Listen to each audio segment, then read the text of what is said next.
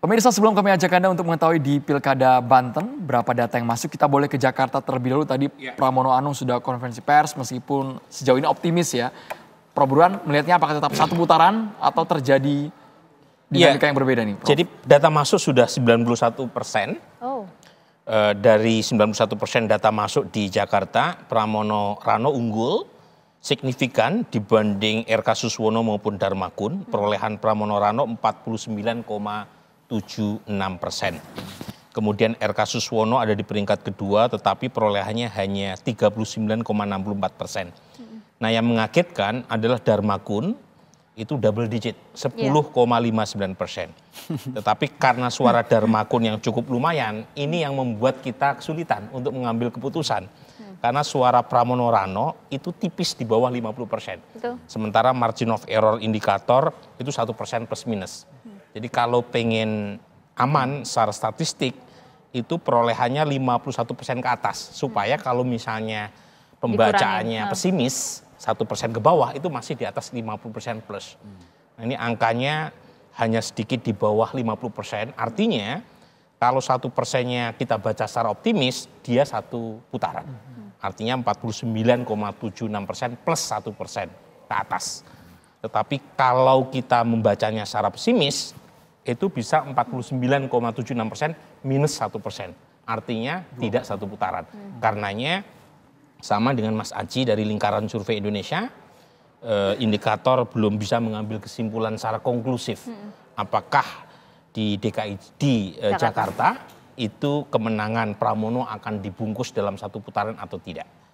Jadi kita sepakat bahwa Pramono Rano unggul, ya, tetapi keunggulannya belum bisa dipastikan secara meyakinkan apakah satu atau dua putaran. Ya, menarik. Kalau misalnya kita melihat jika nantinya kemudian akankah kemudian di Pilkada Jakarta ini akan berlangsung satu atau dua putaran, kita tahan dulu karena kita akan coba bergabung bersama dengan rekan kami, ada Margareta Novita yang saat ini sudah berada di kediaman Andra Sodi, ini pasangan calon Gubernur Banten nomor urut 2 sudah berada di sana. Margareta, silahkan dengan laporan Anda.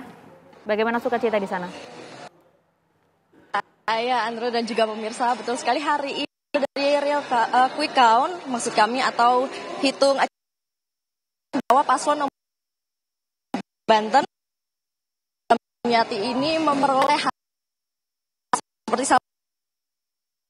survei Andra Soni mendapatkan perolehan 0,8.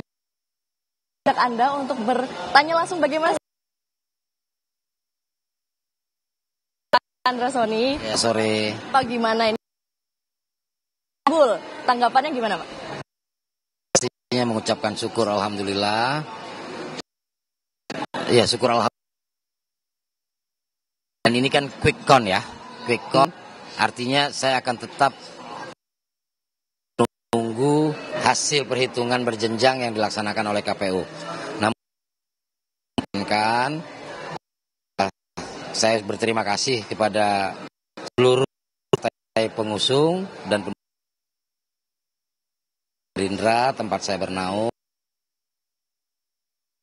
Terima kasih kepada Ketua Harian dan seluruh keputusan Gerindra mulai dari ranting sampai dengan dan kasih pemenangan. Saya berterima kasih kepada relawan dan saya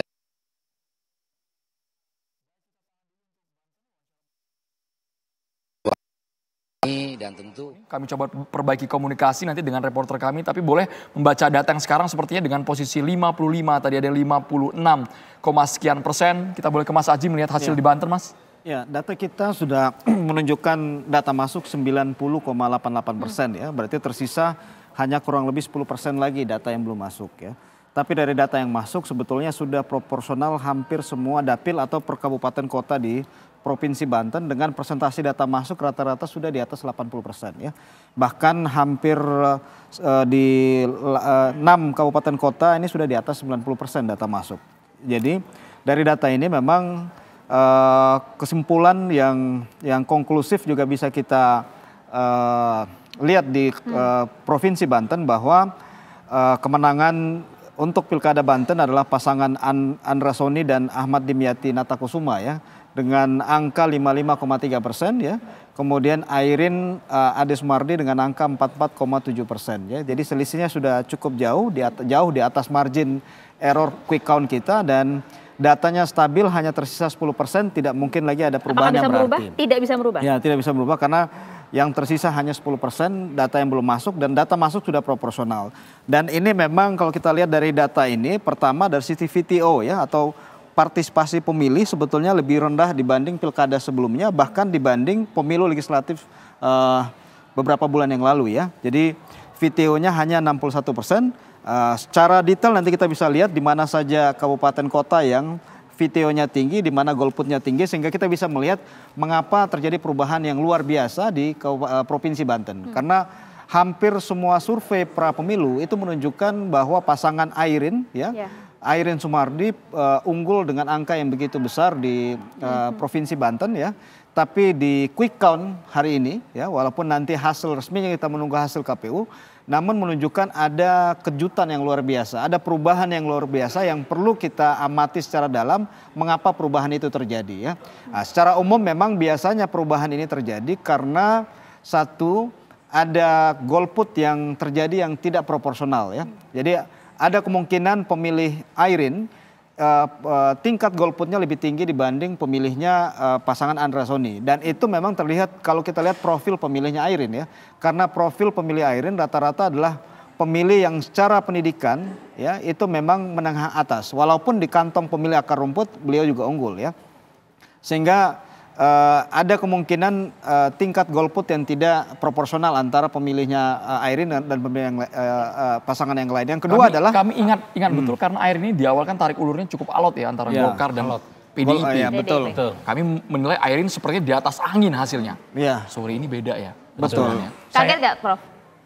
Saya sendiri tidak punya survei yang dekat jelang pemilu. Survei terakhir saya akhir September 2024. Dan saat itu Airin masih sangat dominan. Nah, karena terlalu dominan, banyak pihak yang tidak punya kepentingan lagi untuk melakukan survei di Banten. Gitu ya. Nah, tetapi beberapa lembaga yang lain kan punya survei yang lebih dekat sebelum pilkada, dan hasilnya masih menunjukkan dominasi Airin. Jadi di antara banyak wilayah yang melakukan penghitungan suara hari ini, memang Banten yang paling mengagetkan buat saya. Ini penting terutama baik, kita buat tahan pollster dulu, ya. mohon maaf Prabohan, kita akan bergabung bersama dengan Ridwan Kamil yang saat ini sedang memberikan konferensi pers. Silakan kita bergabung langsung ke sana. Ada RK deh.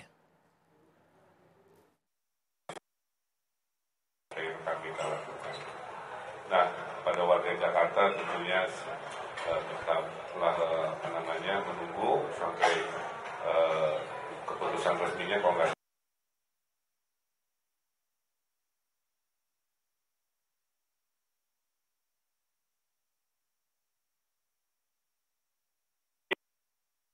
Aspirasi itu akan kita dengar dalam bentuk kampanye di tahap kedua yang tentunya harus lebih baik. Ya, nampaknya kami mengalami gangguan komunikasi pada saat menayangkan tadi konferensi pers dari Ridwan Kamil dan juga Suswono, tapi paling tidak hasil hitung cepat dari Pilkada Jakarta tadi membuat posisi Ridwan Kamil Suswono berada di posisi kedua. Kita boleh lanjut Mas Burhan tadi soal Banten yang juga mengejutkan. Mengejutkan ya, meskipun saya tidak punya survei mutakhir, tetapi perubahan yang terjadi secara opini memang masih memungkinkan ya, karena dalam survei pra pemilu itu parameternya bersifat random. Jadi meskipun survei dilakukan di ujung sebelum minggu tenang, tetapi ada waktu 3 atau 4 hari minggu tenang yang tidak bisa tercapture. Itu terra incognita. Survei memang membantu mengurangi ketidakpastian, tetapi tidak bisa menghilangkan. Nah, tetapi tetap buat saya ini hasil yang mengejutkan, perlu studi lebih jauh. Tadi saya menyebut mungkin Andro kalau ingin S3 dengan mengambil studi kasus Banten itu menarik tuh. Menarik Kalau saya sebagai profesor akan sangat senang Andro menulis disertasi soal itu, dan saya akan membimbingnya.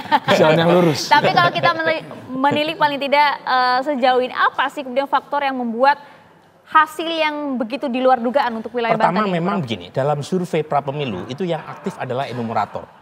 Jadi enumerator yang mendatangi pemilih. Sementara dalam aktualnya di hari H itu yang harus aktif adalah pemilihnya.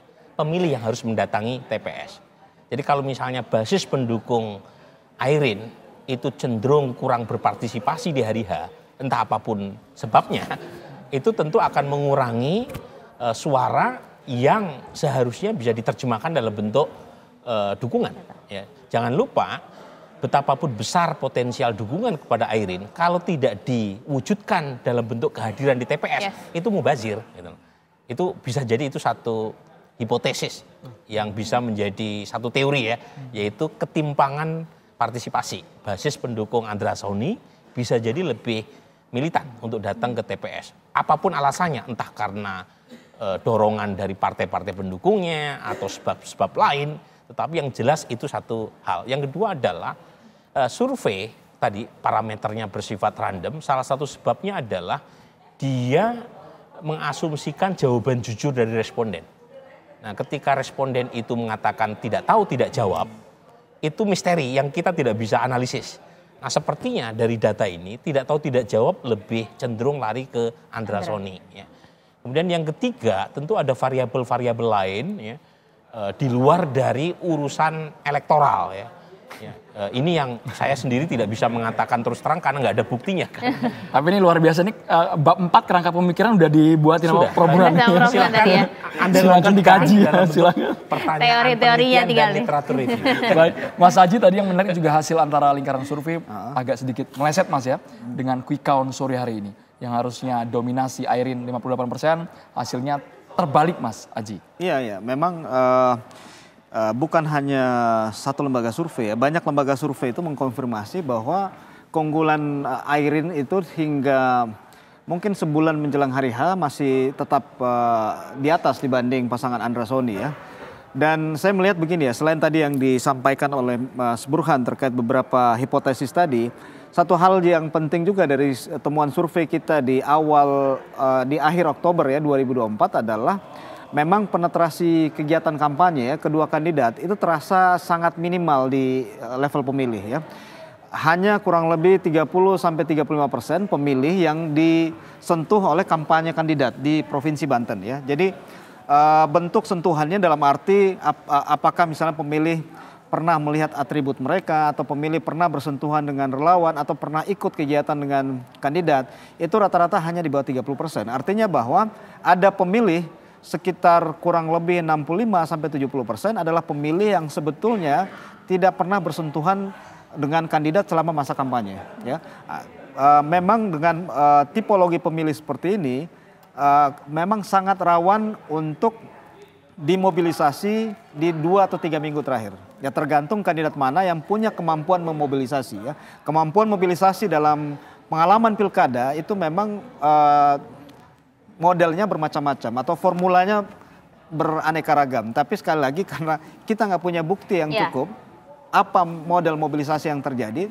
Tapi yang pasti bahwa perubahan dalam 3 minggu terakhir ini ada mobilisasi yang sifatnya masif, yang solid sehingga memang terjadi perubahan yang signifikan di akhir. Itu baru hipotesa awal lah ya, perlu gitu. diuji. Perlu diuji dengan nanti Nggak tahu ini doktoral dari Andromeda Berkuti. Kita jeda terlebih dahulu. Banteng. Itu dia. Kita jeda terlebih dahulu, pemimpin daerah terpilih akan kembali untuk Anda sesaat lagi.